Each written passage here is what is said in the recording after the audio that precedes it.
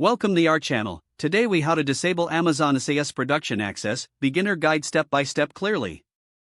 To disable Amazon SES production access, begin by logging into the AWS Management Console. Navigate to the SES dashboard by searching for SES in the services search bar. Once on the SES dashboard, locate the region where your email sending is configured. In the left-hand panel, click on Account Dashboard. Look for the section labeled Amazon SES Sending Limits. Here, you will see your current SES status, indicating whether you are in the sandbox or production environment. To disable production access, go to the Sending Statistics section. Click on Request Production Access if necessary.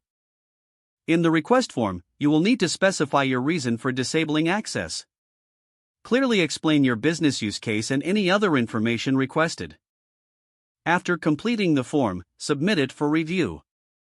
Amazon will evaluate your request shortly. You will receive an email notification regarding the status of your request. If approved, your production access will be disabled. Finally, confirm your access status in the SES dashboard. This process ensures your account complies with Amazon's email sending policies. If the page does not load, refresh the browser or try again in a private or incognito window. Make sure you are using the correct email address, then retype it carefully to avoid small typos. If your password is not accepted, use the reset option and create a new strong password you can remember. Check your spam folder for verification or security emails, then complete any requested confirmation steps. Enable two-factor authentication if available to improve account security and reduce unauthorized access risk. After signing in, review your profile details so your contact information and settings are accurate and current. If you see an error message, note it down and try again after restarting your device and internet connection. Log out when you finish, especially on shared devices, to keep your account and payment information secure.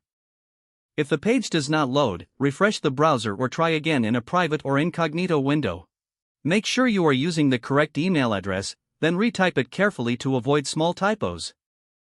If your password is not accepted, use the reset option and create a new strong password you can remember. Check your spam folder for verification or security emails, then complete any requested confirmation steps.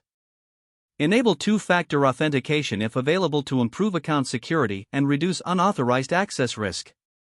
After signing in, review your profile details so your contact information and settings are accurate and current. Don't forget to like this video and subscribe to our channel for more step-by-step tech guides.